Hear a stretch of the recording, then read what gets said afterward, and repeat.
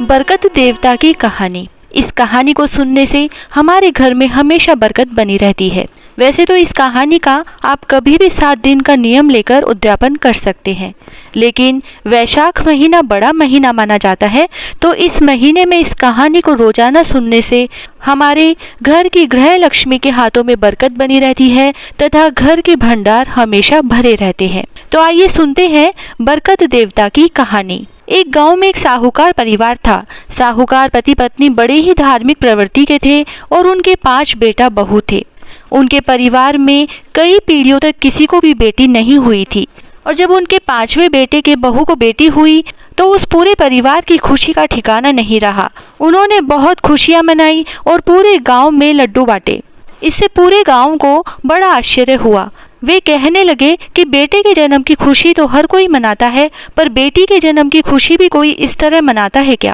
तब उस गांव के मुखिया ने कहा कि हम सभी को तो साहूकार परिवार से सीख लेनी चाहिए। साहूकार परिवार के लिए उनकी बेटी किसी रत्न से कम नहीं थी, इसीलिए परिवार वालों ने उसका नाम रत्नावती रखा।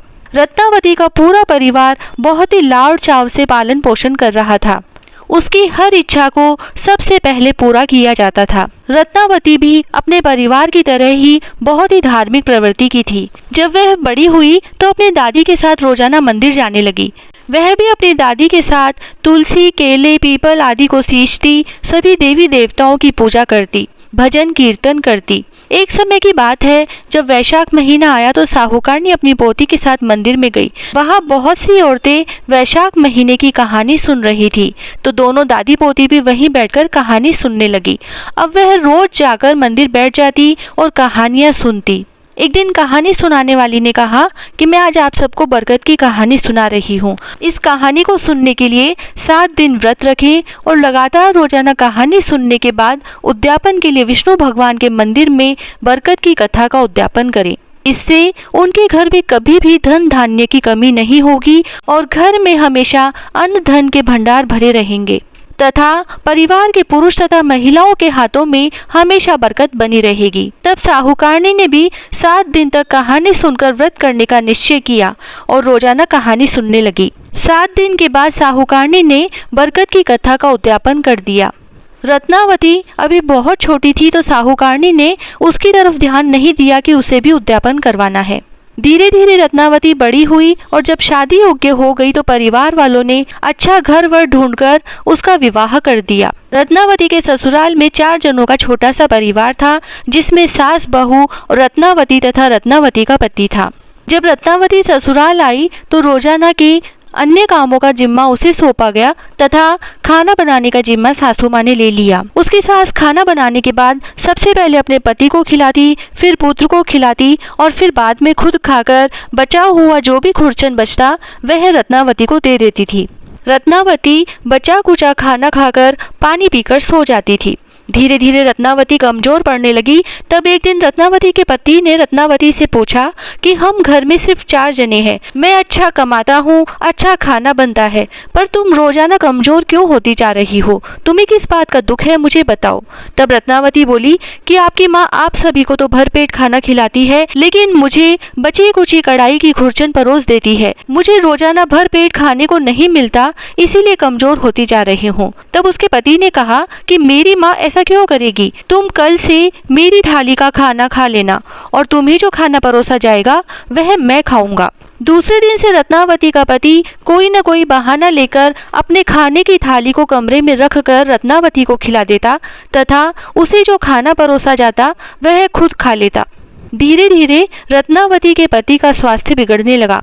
रत्नावती का पति दिन पर दिन कमजोर पड़ने लगा, सूखने लगा। तब रत्नावती की सास ने अपने बेटे से कहा कि बेटा, मैं तो तुझे रोज अच्छे से अच्छा खाना देती हूँ, फिर तुम दिन पर दिन कमजोर क्यों होते जा रहे हो, क्यों सूख रहे हो? तब बेटा बोला, माँ मैं रोज बचा कुचा खाना जो तुम रत्नावती को देती हो वह खाता हूँ और मेरे हिस्से का खाना मैं रत्नावती को खिला देता हूँ। जैसा खाना खाऊंगा शरीर भी वैसा ही तो होगा। माँ, हम ले देकर परिवार में 4 तो जने हैं, तो तुम रत्नावती को खुरचन वाला खाना क्यों देती हो? वह भी किसी की बहन बेटी है। तब रत्नावती की सास ने घर की चाबी रत्नावती को सौंप दी और कहा कि बहू, आज से खाना तुम बनाओगी और मैं आराम करूंगी। बहुत दिन हो गए मुझे घर का काम करते करते। आज से पूरे रसोई की जिम्मेदारी तुम्हारी है। उस दिन रत्नावती की खुशी का कोई ठिकाना नहीं रहा। उसने ढेर सारा खाना बनाया, तरह तरह के पकवान बनाए। फिर उसने सबसे पहले अपने ससुर को खाना खिलाया, फिर सास को, उसके बाद अपने पति को खाना खिलाया। सबके खाना खा लेने के बाद जब रत्नावती खुद खाना खाने बैठी तो उसे कढ़ाई बिल्कुल साफ मिली। उसे खुरचन भी नसीब नहीं हुई। उस दिन उसे भूखा ही सोना पड़ा। तब उसके पति ने उससे पूछा कि आज तो तुमने खुद खाना बनाया है, आज तो तुमने भर पेट खाना खाया होगा। तब उसने कहा, जब सासू माँ खाना बनाती थी तो मुझे खुरचन तो खाने को मिलती थी, लेकिन आज तो मैंने खुद खाना बनाया। आप सबके खाना खा लेने के बाद मुझे तो कढ़ाई बिल्कुल साफ मिली। मेरे हिस्से में तो आज खुरचन भी नसीब नहीं थी। पति को बड़ा आश्चर्य हुआ। उसने कहा, यह कैसे हो सकता है? तुम कल और ज्यादा खाना बनाना। दूसरे दिन उसने पहले दिन से भी ज्यादा खाना बनाया। फिर सबको खाना खिलाने के बाद जब रत्नावती खुद खाना खाने बैठी तो उस दिन भी उसके लिए कुछ नहीं बचा। उसे कढ़ाई बिल्कुल साफ मिली। उसने यह सब अपना भाग्य मान लिया कि उसके हिस्से में अन्न देवता लिखे ही नहीं है। धीरे धीरे रत्नावती फिर से सूखने लगी। तब रत्नावती की सास ने अपनी बहू से कहा कि बहू, अब तो खाना तुम खुद बनाती हो, फिर भी तुम दिन बर दिन सूख रही हो। तब रत्नावती ने पूरी बात अपनी सास को बताई। तब सास, ससुर और उसके पति को बड़ा आश्चर्य हुआ कि रत्नावती खुद खाना बनाती है, ज्यादा खाना बनाती है, तो भी सबके खा लेने के बाद उसके लिए कुछ नहीं बचता, कढ़ाई बिल्कुल साफ मिलती है।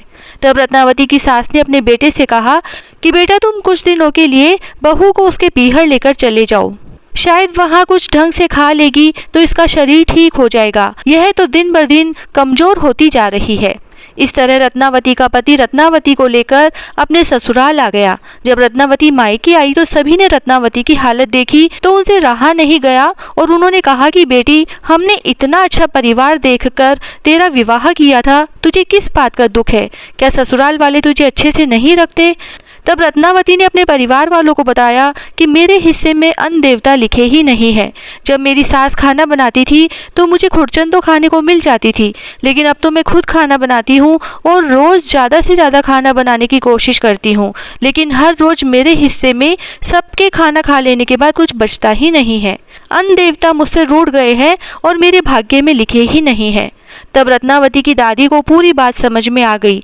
तब रत्नावती की माँ और दादी ने रत्नावती को बरकत की कहानी सुनाने, व्रत करवाने और उद्यापन करवाने का निश्चय किया। दूसरे ही दिन रत्नावती ने अपनी माँ और दादी के साथ बरकत की कहानी सुनी, व्रत किया। इस तरह 7 दिन तक लगातार व्रत करने के बाद 8वें दिन विष्णु भगवान के मंदिर में उसके हाथ से बरकत की कथा का उद्यापन करवाया और फिर वह मायके से बहुत सारा धन लेकर वापस अपने ससुराल आ गई।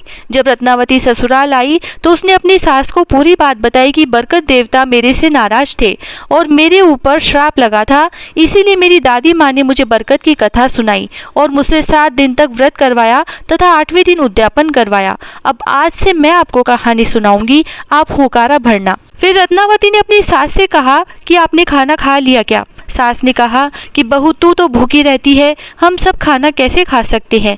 हम तो तेरे दुख में दुखी हैं। तब रत्नावती ने कहा कि आज से मैं आपको कहानी सुनाऊंगी, हम सब व्रत करेंगे और 7 दिन बाद बरकत की कथा का उद्यापन करेंगे। तब रत्नावती ने कहानी सुनाई, सास ने हुकारा भरा। रत्नावती के पति और सास ससुर ने भी बरकत की कहानी सुनी। 7 दिन तक उन्होंने भी व्रत किया और फिर 8वें दिन रत्नावती ने अपने सास ससुर और पति के साथ बरकत की कहानी और व्रत का उद्यापन किया। विष्णु भगवान के मंदिर में गए। उद्यापन में नारियल, मिश्री, मिठाई और दक्षिणा चढ़ाई। सभी ने भगवान से घर में बरकत बनी रहे इसकी प्रार्थना की और पहले जो गलती हुई उसके लिए क्षमा मांगी। उसके बाद घर आकर रत्नावती ने खाना बनाना शुरू किया तो उसकी सास और पति ने कहा कि बहू, आज तो तुम बहुत सारा खाना बनाना। लेकिन रत्नावती ने कहा कि नहीं, आज मैं देखना चाहती हूँ कि बरकत देवता मुझसे नाराज है या मुझ पर राजी हो गए हैं। आज मैं पहले जितना खाना बनाती थी उसका आधा ही खाना बनाऊंगी। उस दिन रत्नावती ने हमेशा से कम ही खाना बनाया और फिर अपने सास ससुर से कहा कि आप खाना खा लीजिए, लेकिन उसके सास ससुर ने कहा कि नहीं बहू, पहले तुम खाना खा लो। लेकिन रत्नावती ने कहा कि नहीं, पहले आप सब खाना खाइए, उसी के बाद मैं खाना खाऊंगी। तब रत्नावती के ससुर, सास और पति ने भरपेट खाना खाया। उसके बाद जब रत्नावती खाना खाने बैठी तो अभी भी बहुत सारा भोजन बाकी था। उस दिन से रत्नावती भी भरपेट भोजन करने लगी। हे बरकत देवता, जैसे रत्नावती पर राजी हुए वैसे सब पर होना, जैसे रत्नावती से नाराज हुए वैसे किसी से न होना। कहता ने सुनता ने हुकारा भरता ने सारे परिवार को खुश रखना। जय श्री राधे।